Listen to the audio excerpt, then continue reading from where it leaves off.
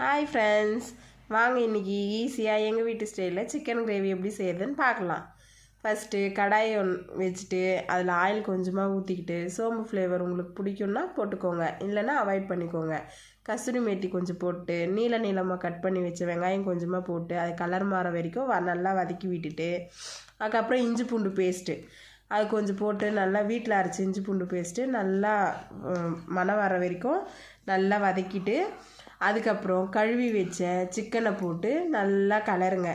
ஒரு 2 செகண்ட் ஆனதுக்கப்புறம் மஞ்சத்தூள் கொஞ்சம் போட்டு அதுக்கப்புறம் வெறும் மிளகாத்தூள் கொஞ்சம் போடுங்க. சிக்கன் மசாலா உங்களுக்கு தேவையான அளவு போட்டு வீட்டில் அரைச்ச மிளகாத்தூள் 1 ஸ்பூன் போட்டு தனியாத்தூள் கொஞ்சம் போட்டு நல்லா கிளறி விடுங்க. எல்லா இடத்துலையும் ஸ்ப்ரெட் ஆகிற மாதிரி நல்லா கிளறி விட்டு வீட்டிலையே அரைச்ச தக்காளி, முந்திரி, பட்டை, லவங்கம், கசகசா போட்டு அரைச்சி வச்ச பேஸ்ட்டை அதில் போட்டு நல்லா கிளறி விடுங்க. அதுக்கப்புறம் ஃப்ளேவருக்கு கொத்தமல்லி கொஞ்சம் தூவி அப்படியே 5 நிமிஷம் மூடி வச்சுருங்க.